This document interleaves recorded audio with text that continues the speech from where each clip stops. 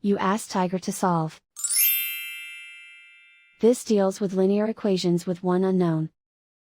The final result is x equals 6. Let's solve it step by step. Simplify the expression.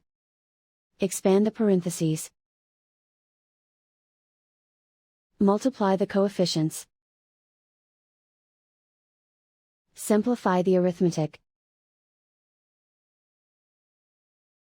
Group all constants on the right side of the equation. Add 40 to both sides.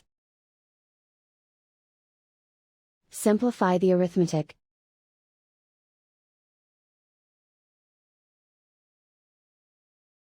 Isolate the x.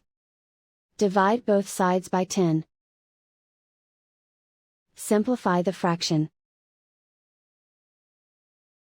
Find the greatest common factor of the numerator and denominator.